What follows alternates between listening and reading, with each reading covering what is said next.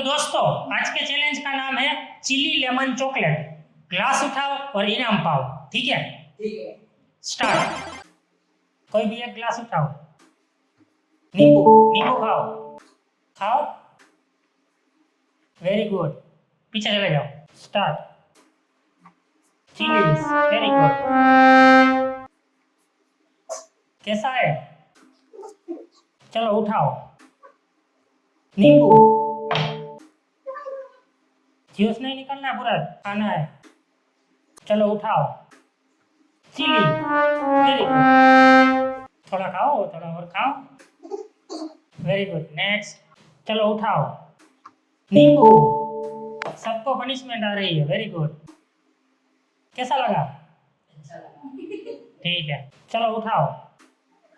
Chocolate very good. चलो उठाओ। Chocolate very good. चलो उठाओ। Chocolate very good. Hat trick. Next. चलो उठाओ। नींबू इधर ही चल। कैमरा के सामने। Very good. रस लेके। चलो नेक्स्ट। उठाओ। Chilli very good. कैसा लगा? अच्छा लगा। Okay next. चलो उठाओ।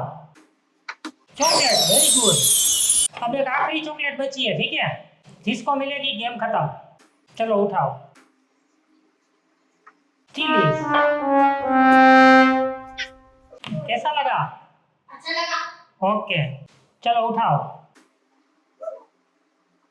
Chocolate very good. और वीडियो अच्छा लगे तो क्या करना है? Thank you.